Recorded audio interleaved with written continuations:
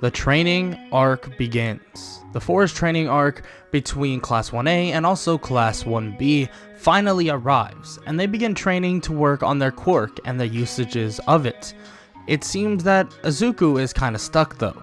His power is accelerated to beyond a point that he can even really train much more.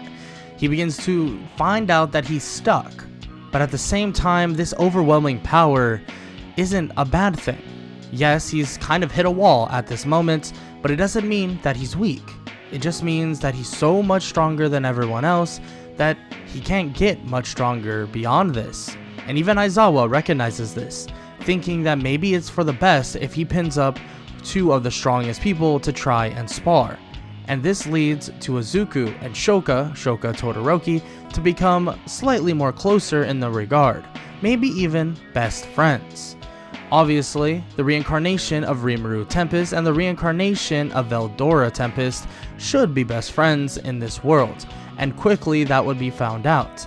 After about a day and a half of training, they actually become pretty good friends. But Izuku does begin to question a lot of his motives right when the invasion of the forest begins. Villains are scattered everywhere, and Izuku is tasked with protecting everybody. But guess what? He won't be allowed to do such a thing, because he does not have a hero license, provisional hero license, and everybody is restricted. It seems as if there's backlash to be had if you go out of your way to fight villains and protect others. Yo, what is good, everybody? It's your boy Golden Falls, Golden What If, whatever you want to call me, and I'm back. And this, I believe, will be the final installment of the reincarnation of Rimuru Tempest. Now, I'm kind of debating when I'm going to stop this. Frankly, I'm not 100% sure, because I did say I would go to the UA, the Class 1A versus Class 1B, but you'll see what I mean. That might actually not happen. We'll see what happens at the end of the day. But before we start and finish up, I want to give a quick shout out to some new members.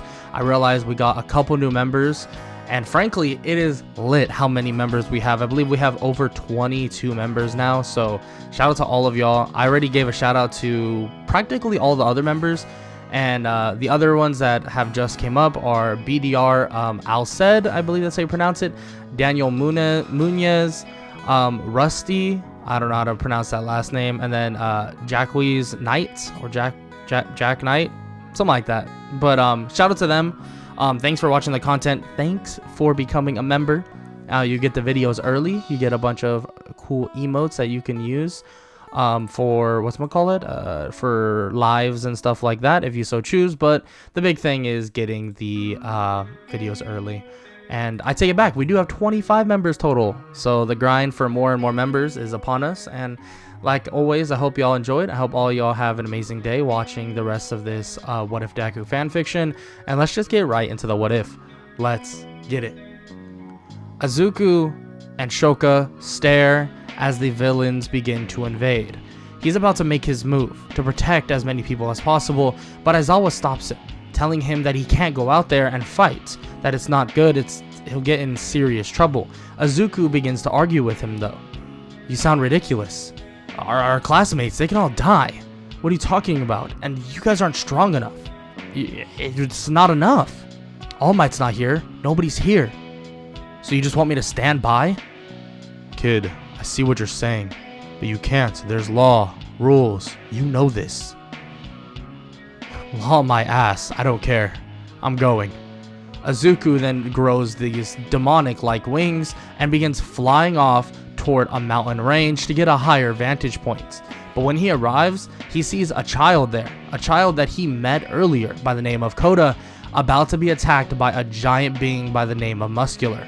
Izuku comes soaring in at insane speeds and slams Muscular into the mountain and slams him back to the ground. He puts his hand on his chest and black lightning begins to electrocute through his body into Muscular's body, zapping Muscular to the fact that he's basically in a catatonic state, out cold entirely. He grabs Koda, and Koda asks what he just did and how did he do it, but he tells him not to worry about it, that he's just there to protect him. As he's flying away though, it seems as another villain, Another villain is about to take him, trying to put him in a small marble to detain Izuku, knowing that he is a giant threat. But just as this person is about to do that, someone else comes out of nowhere. Well, that's Shoka. Shoka comes flying in, blasting him with ice and fire, and slamming him into the ground, putting him in a capsule of ice, and putting him just completely out of commission. Izuku looks at Shoka and nods as he flies Kota away, putting him with Aizawa. Izuku is about to go back into the forest, but Aizawa warns him once again that he can't be doing this. This is not good. He'll be in trouble. But Izuku looks at him. What you don't understand is that this isn't true hero work anymore. And I think maybe to a certain extent you do understand where I'm coming from. But unfortunately, I'll do what I have to do. But I won't be coming back. He flies off and Aizawa questions what he means by I won't be coming back. And just as he flies over, he begins circling, looking for more and more villains, finding a couple, Toga, Dabi, twice. Luckily, he's able to detain them, but unfortunately, eventually they'll be able to get away through basically Kurogiri's warp portals. But the big thing is nobody actually got captured, or at least that's what he thought, until he hears about Bakugo Katsuki, his former, well, quote-unquote friend, getting taken away. He doesn't like the sound of this. He's going to make sure he gets him back, and that's a guarantee, telling his classmates that he'll do just that. He flies back up in the air and darts off toward the training camp once again. When he lands, Aizawa tells him that this is bad. What is he talking about? He's not going to show up. He's not going to come. But Izuku cuts him off. I'm done with this hero stuff. It doesn't make sense. With power like this, me not doing anything makes no sense. So I'm gonna do something with it. You wait. Izuku flies off and Shoka is close to follow, trying to keep up with him, but obviously his power and his level is far beyond almost every single being on this planet. So Izuku decides to leave. Shoka chases him down, and when they land on a building, she questions what the hell he thinks he's doing. He tells her that she should go back, that she'll get in trouble otherwise. But she's not so sure if that's the best idea anyways. She just wants to hear the reasoning behind his, well, leap of absence here. And he just explains that he's going to go find Bakugo. He's going to save him. He's going to do whatever he can to make the world a safer place. And if that means breaking the rules a little bit, then that means breaking the rules. He doesn't care. He realizes that the power he has is something that cannot be contained. He cannot just limit himself. That he's just some student. No, he knows how strong he is, and he knows what he's capable of in terms of saving people. So that's exactly what he's going to be doing. Shoka understands and says that she wants to help. They are, or well, they were best friends in a past life. Izuku nods and says that they're going to be searching for Bakugo. But just as he says this, it seems Great Sage already has found his location. I already have found the location of this Bakugo Katsuki. He is actually pretty nearby. I'll tell you the location right now. Izuku waits as his eyes begin to adjust and he visualizes exactly where Bakugo is, finding out his location and taking off with Shoka. When they arrive, they come up with a slight plan to get him out, but Izuku decides that he's just going to bust through the front door. It's not like anybody's going to stop him.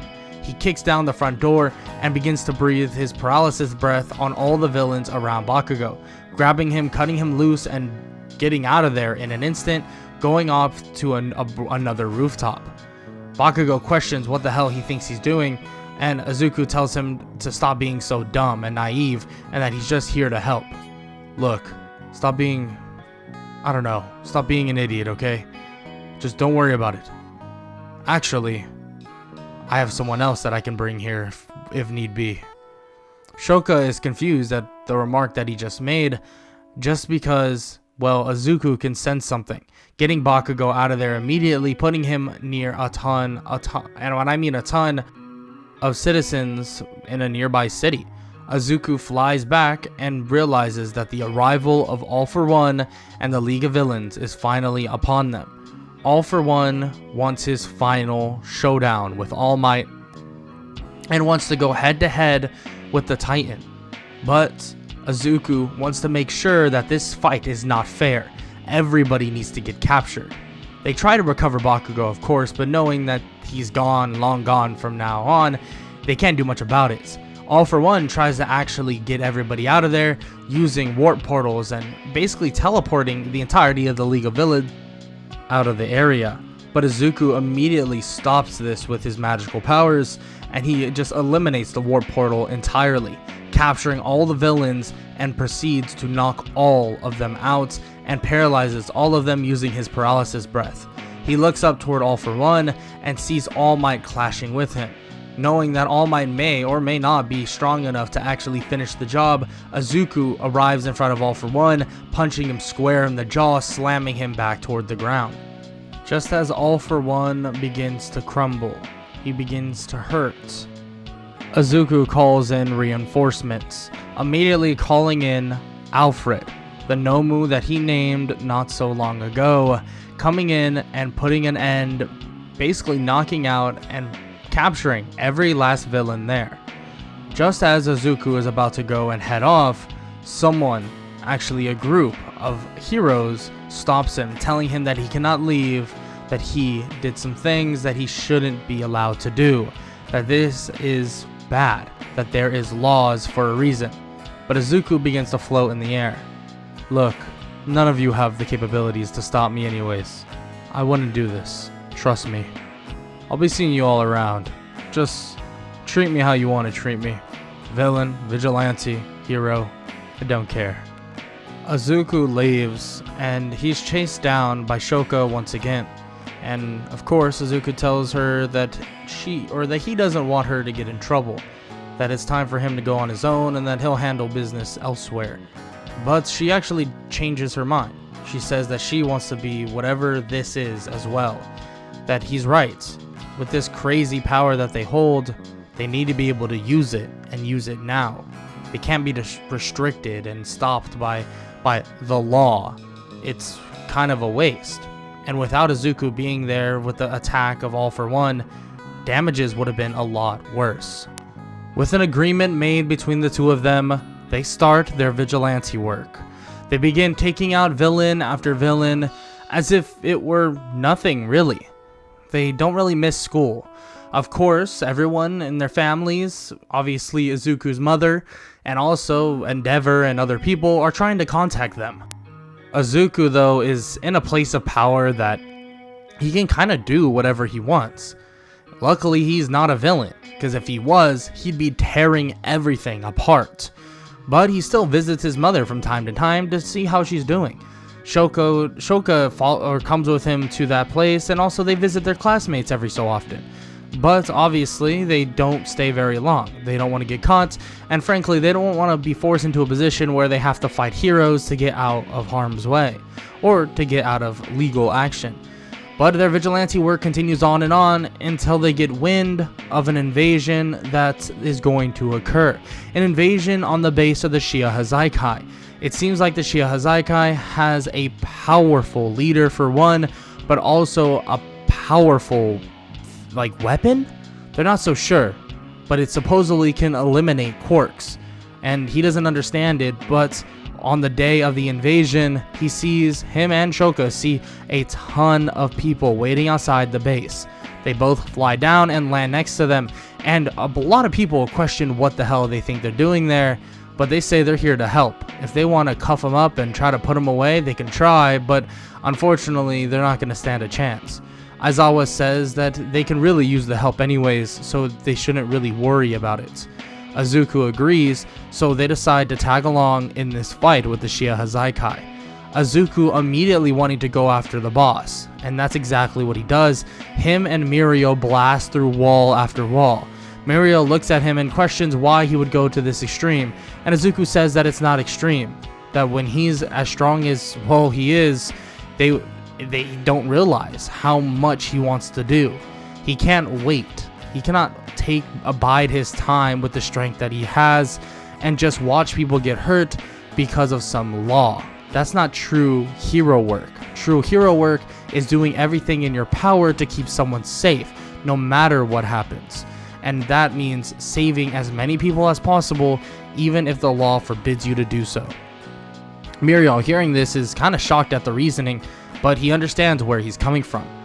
Shoka then shows up and they begin darting off to the room where Overhaul is currently holding a child. And that child, and Izuku and Shoka are informed of this, goes by the name of Eri, a child with tremendous power, overwhelming power at that. When they arrive, they see Overhaul waiting for them and about to leave with Eri. He immediately gets slapped to the ground, Izuku not wasting much time at all. Overhaul can feel the power behind the blows of Izuku, and Izuku paralyzes him immediately with his paralysis breath.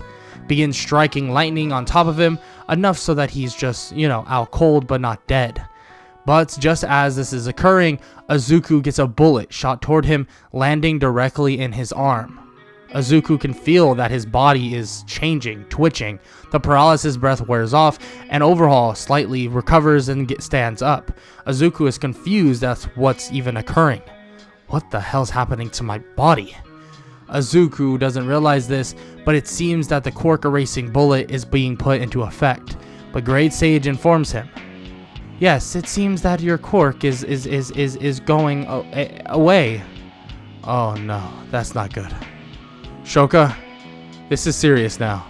Shoka steps up and begins fighting Overhaul with Mirio. The fight is still in their favor. They're outpacing them.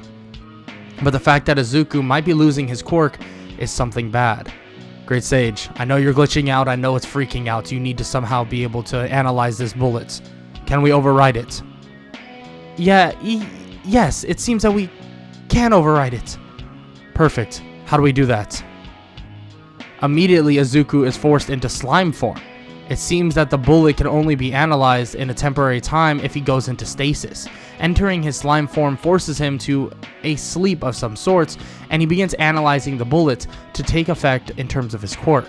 The analyzation even goes on further and further to the point that Overhaul is already defeated. Shoka and Mirio were able to handle it and save Eri.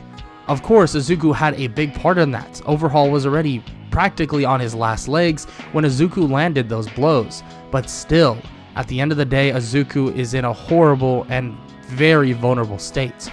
Mirio says that they should take him to another place, take him to a hospital. But Shoka believes that shouldn't be the case, that don't worry about it. Immediately, other heroes come in and see that Izuku is vulnerable. But Aizawa says that they shouldn't take him now, that this isn't right. He's just a kid trying to do the proper thing. Aizawa begins to say this, but the other heroes don't listen. A lot of them try their best to basically get to Izuku, and Shoka is about to step up and actually fight. Mirio telling her that this is not the time to fight as well, that they can't fight each other. But Shoka says that Izuku has been a good hero, that if they take him in and try to imprison him, that she'll make sure that it doesn't happen. But just as she says this, Alfred comes darting in out of nowhere, picking up the slime form of Izuku. Oh, hello everybody. Sorry to intervene, but I'll be taking him. Izuku is then taken off by Alfred. Alfred is gone and Shoka quickly follows. A bunch of the heroes say they want to follow after him, but Aizawa says that is a horrible idea. That for one, that Alfred guy is extremely powerful, levels above All Might himself. Shoka may be still getting used to her powers, but that Alfred guy would flick them one time and they'd go into cardiac arrest. But Izuku's body would end up creating a response, helping him get out of the part and this terrifying moment. With Alfred and Shoka, they're completely fine, and this vigilante run will continue on. All for One is currently in prison, Shigaraki and the League of Villains put away forever, and it seems that Overhaul is put away as well. Is there more to do? Of course there is. For a vigilante and someone that wants to seek out and make sure all, and he means every single last bit of evil is gone, there's never going to be a time where he isn't going to be fighting. But nonetheless, that is for a story for another day, and that is the wrap up of Rimuru, or Izuku Midoriya as Rimuru Tempest. And if you enjoyed, make sure to leave a like, sub, and comment down below. And I hope you guys are enjoying that My Hero stuff is back. I'm kind of just doing it at my own leisure at this point. Like if I enjoy an idea, I'll do that idea. I'm gonna be doing a My Hero Academia What If on the Golden Kingdom channel, so you'll be seeing part 1 to that coming up relatively soon. So if you want to check out the Golden Kingdom channel, go check that out. It is in my listed channels on my YouTube channel page, so check that out. And I hope all y'all have an amazing day, and if you do, that's great. And if you don't, I hope the next day is even better. So I hope all y'all enjoyed, and I'll see y'all next time. Later. I don't wanna waste what's left.